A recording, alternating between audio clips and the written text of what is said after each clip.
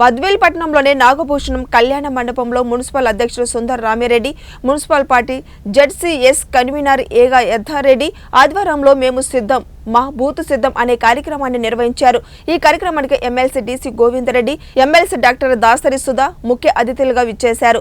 అనంతరం వారు మాట్లాడుతూ రానున్న ఎన్నికల్లో వైఎస్ఆర్ కాంగ్రెస్ పార్టీ తిరిగి అధికారంలోకి వచ్చేందుకు ప్రతి కార్యకర్త సైనికుల్లా పనిచేయాలని కోరారు.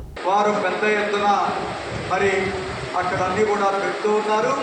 మూడో మీటింగు 18వ తారీఖున మన ఇక్కడ అనంతపురంలో కూడా ఈ సమావేశం పెడుతున్నారు.